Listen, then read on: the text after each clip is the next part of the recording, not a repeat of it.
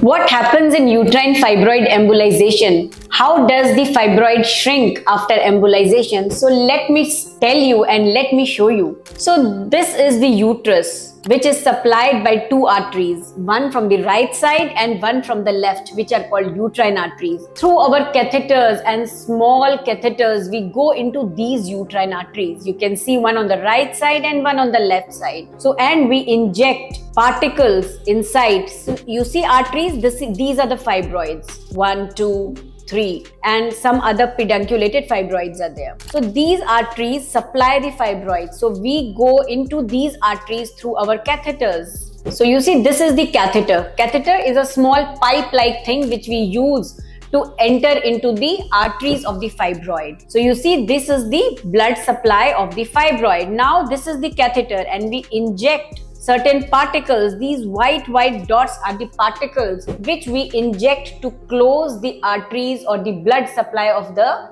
fibroid. So these are the particles which are blocking the arteries, and once the blood supply to the fibroids is blocked by these particles, the fibroids shrink in size. So see what a beautiful non-surgical method it is to reduce the size of the fibroids, which in turn causes reduction of your bleeding symptoms or any other pressure symptoms which the fibroid might be causing. So go and learn about uterine fibroid embolization. Your uterus can be saved and preserved because it is a vital organ in your reproductive years.